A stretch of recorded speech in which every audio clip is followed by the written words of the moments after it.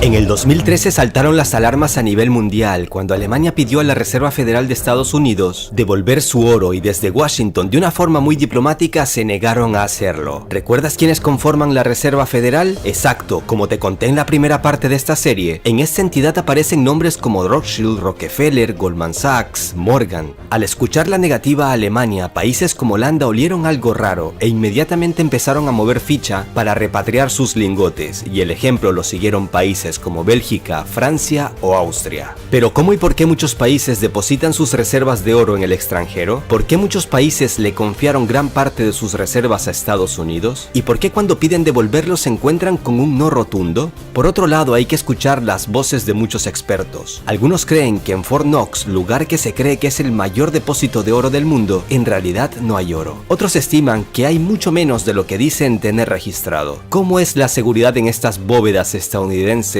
donde se almacena no solo la mayor parte del oro de este país norteamericano, sino también el metal de decenas de naciones alrededor del mundo? ¿Y por qué ni siquiera el presidente de Estados Unidos puede entrar ahí? Hoy también hablaremos de cómo algunas entidades financieras, entre ellas de Estados Unidos, intentan vender gato por liebre, o lo que es lo mismo en términos financieros, oro por un barato metal bañado por una capa de oro de verdad. China no lo podía creer cuando en el 2009 le llegó un cargamento de lingotes de oro, o bueno, digamos mejor, lingotes de tungsteno bañados en oro. ¿Un cuento chino? No, nada de eso. Digamos mejor, otro cuento estadounidense. En este capítulo hablaremos de oro, de mucho oro, pero también de engaño, de mucho engaño, estafa y manipulación en el mundo de las finanzas. No te vayas, quédate con nosotros, que hoy mismo te enterarás de muchos datos impactantes en torno a este metal precioso.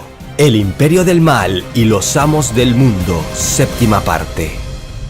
Año 2013, el Banco Federal Alemán, comúnmente conocido como Bundesbank, intenta devolver a su territorio las reservas de oro que se encuentran en Estados Unidos, pero desde la Reserva Federal le rechazan esta petición. Es más, a los alemanes ni siquiera les permitieron visitar las bóvedas en Estados Unidos para comprobar si el oro verdaderamente existía en estado físico. Desde Berlín tenían motivos de sobra para inquietarse, ya que mantenían en territorio estadounidense cerca de la mitad de sus reservas de oro. Y es que las instituciones financieras de Estados Unidos son conocidas por vender lo que realmente no existe. Por ejemplo, en 2012 el banco Goldman Sachs vendía certificados de oro, asegurando que estaban garantizados por el oro auténtico en sus bóvedas. Sin embargo, como se supo después, allí no había oro, y el banco estaba trabajando sobre la base de un sistema de reserva fraccionaria. La prensa alemana no podía quedarse callada y empezó a dar voz a los expertos en el tema. No entiendo por qué no nos permiten revisar nuestro oro en Estados Unidos. No soy un teórico de la conspiración, pero el Bundesbank debería tener la posibilidad de revisar sus reservas de oro una vez al año,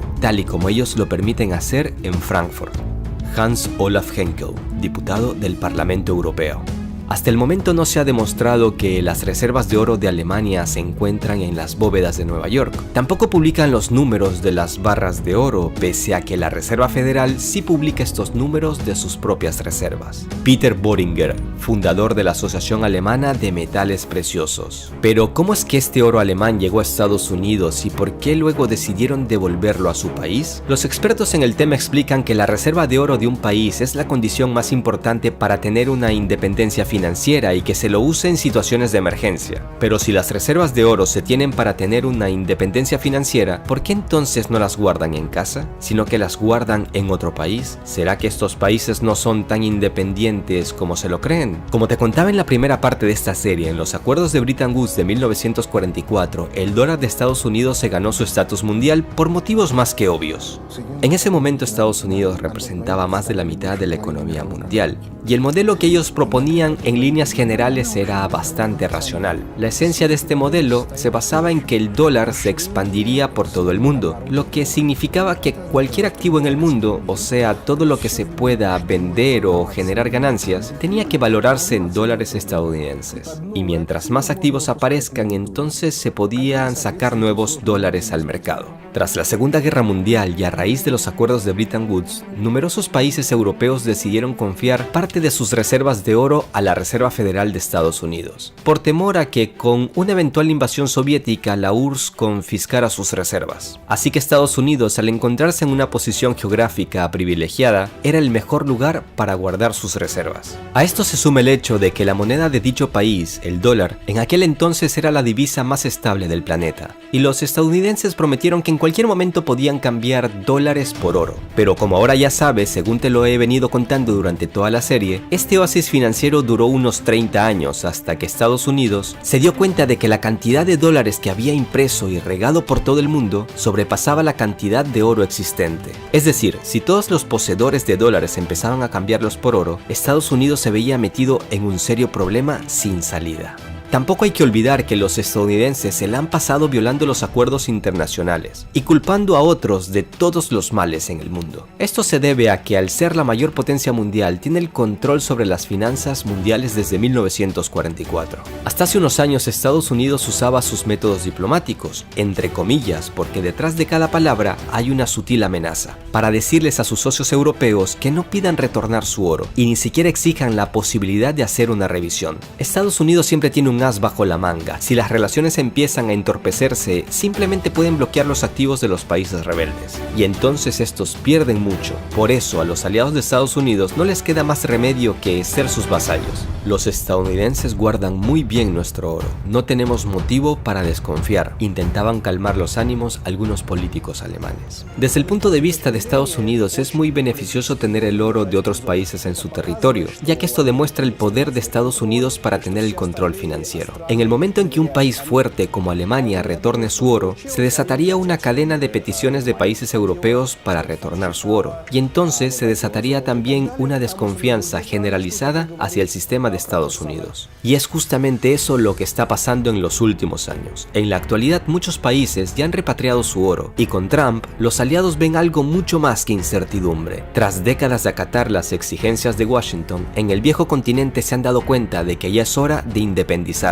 Holanda junto con otros países vecinos repatriaron sus reservas de oro hace un par de años, y Alemania después de tanta lucha logró repatriar su oro desde Estados Unidos a mediados del 2017. Pero mientras estos países estaban entretenidos en una lucha por repatriar su oro, Rusia estaba comprando oro de manera impulsiva. Muchos analistas estiman que desde Moscú presagian una crisis global y con una gran reserva de oro podrían salir a flote durante los días negros. Por otro lado, comprar oro cuando este está a bajo precio es la estrategia más simple en el negocio de la compra-venta, ya que sería un gran negocio en el futuro al poder venderlo a un precio mucho más elevado. Cuando los europeos se dieron cuenta de esta jugada rusa, Putin ya estaba comiendo caviar y entonando canciones a sus anchas. Pero es que Rusia no solo multiplicó por 10 sus reservas de oro durante la última década, sino que también redujo considerablemente el porcentaje de bonos del tesoro estadounidense. Los expertos lo tienen claro, la carrera por el metal precioso y esa forma sutil de deshacerse de los bonos es el intento del Kremlin de independizarse del dólar. No te vayas, que ahora viene lo más interesante.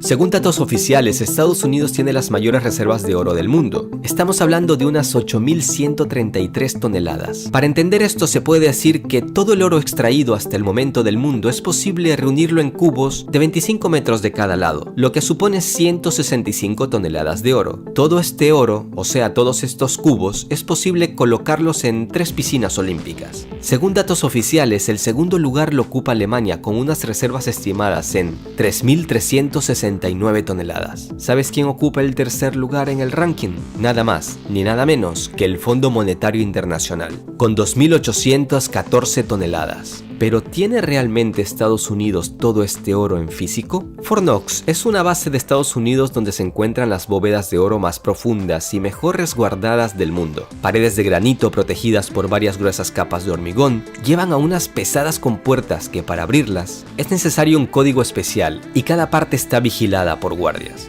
El código completo que da acceso de la entrada a la bóveda final donde se encuentra el oro no lo sabe nadie. En caso de un ataque se activan unas seguridades automáticas y dentro es posible vivir con electricidad, agua y comida por varios años. Muchos creen que las bóvedas de Fort Knox de Estados Unidos ya fueron vaciadas en los años 70. En 1972, muchos medios de Estados Unidos empezaron a dudar de que en Fort Knox hubiese el oro que decían que había. Y para tranquilizar a la sociedad mundial, desde la Reserva Federal de Estados Unidos, se permitió a varios periodistas entrar a Fort Knox. El objetivo era que los periodistas desmintieran todos esos rumores al mostrarle las barras de oro que había dentro. No obstante, algunas dudas siguieron en pie, ya que no permitieron entrar a especialistas para que verificaran la calidad del metal. Luego cerraron las puertas y nunca más se las volvieron a abrir a la prensa. Es decir, desde 1972 ni los propios estadounidenses han visto las reservas de oro ni por televisión. ¿Recuerdas que en el capítulo 5 hablamos de Strauss-Kahn y sus planes de cambiar las reglas del juego en el mundo de las grandes finanzas? Pues bien, todo parece indicar que en 2011, antes de aquel escándalo sexual que te detallé en dicho capítulo, Strauss-Kahn empezaba a dudar de que en Fort Knox hubiese oro, ya que una suma considerable de este metal que el FMI debía recibir a inicios del 2011 por parte de la Reserva Federal se estaba retrasando, según indican varios informes. Ahí no hay nada, asegura este autor del libro sobre el oro, cuyos prólogos escribe nada más ni nada menos que Steve Forbes. Este escritor también cree que el escándalo sexual de Kahn fue una puesta en escena para sacarlo de las esferas del poder. Ahora mira cómo más o menos funciona el esquema del oro en Estados Unidos. Un banco, cualquiera, toma oro prestado de la Reserva Federal y al recibirlo lo pone en venta y envía estos certificados a Fort Knox. Según estos papeles, el oro se encuentra en Fort Knox, pero en realidad hace mucho tiempo que ese oro se encuentra vendido en un lugar muy lejano. Entonces resulta que Estados Unidos, al vender este oro con este modus operandi, empezó a demostrar al mundo solo con papeles que el oro existe, pero en realidad este oro no existe en físico. ¿Es por eso que no permite a nadie entrar a este misterioso lugar conocido como Fort Knox? Entonces resulta que Strauss-Kahn sí tenía razón y ahí no hay oro, o hay mucho menos de lo que dicen tener registrado.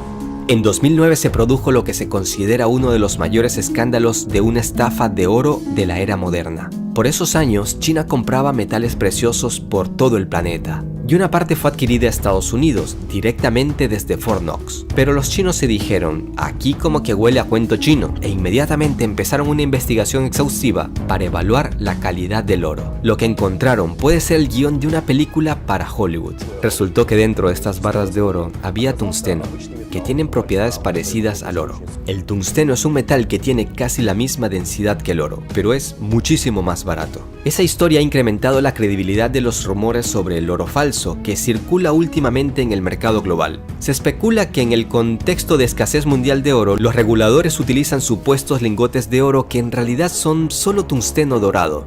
Según el periodista Rob Kirby, a finales de la década de los 80, cerca de 1,5 millones de lingotes de tungsteno de 400 onzas de peso fueron fabricados en Estados Unidos. Posteriormente, 640.000 lingotes de tungsteno dorado irían a parar a Fort Knox, que como sabes es una de las principales bóvedas estadounidenses. ¿Una estafa? Por supuesto, pero ¿qué se puede hacer con el estafador si está muy bien armado? Se preguntan muchos expertos. Ahora entiendes otro motivo del por qué el presupuesto militar de Estados Unidos es de 610.000 millones de dólares, lo que representa una cantidad mayor que la de los 7 países juntos que le siguen en el ranking. No obstante, hay quien ve en estos hechos del tungsteno dorado con escepticismo. El tungsteno no se lo trata tan fácilmente, se necesitan unas maquinarias especiales para hacer estas barras, luego bañarlas en oro, después hablar por aquí y por allá con altos cargos, después toca liquidar a las personas que hicieron este trabajo sucio para que nadie se entere. Puede que tenga razón, o puede que no, pero la historia nos ha demostrado que Estados Unidos es capaz de cualquier cosa por dinero. Y así, mientras el mundo se debate entre si Estados Unidos tiene oro o no, si estas barras son de verdad o no, Rusia sí que lo tiene de verdad, ya que ha estado comprando y llenando sus reservas. Los datos no mienten, y todo parece indicar que se han estado preparando para cuando llegue el colapso del dólar. En el siguiente capítulo hablaremos de los sencillos métodos de Estados Unidos para saquear los recursos de los países con gobernantes muy débiles, que se venden por unos cuantos billetes verdes. Sí amigos, hablaremos en concreto de cómo Estados Unidos hace lo que quiere en América Latina. Estos métodos son muy sencillos y se reflejan en reportes financieros fraudulentos, manipulación de elecciones, sobornos, extorsiones y asesinatos. Es probable que sea uno de los capítulos más reveladores. Será una bomba. Luego hablaremos del México de López Obrador y de Venezuela. No olvides suscribirte al canal si es la primera vez que te topas con él. Dale like al video para poder llegar a más gente y déjame tu opinión en los comentarios. Si bien no respondo a todos, sí que los leo todos. Un abrazo a todos. Hasta la próxima.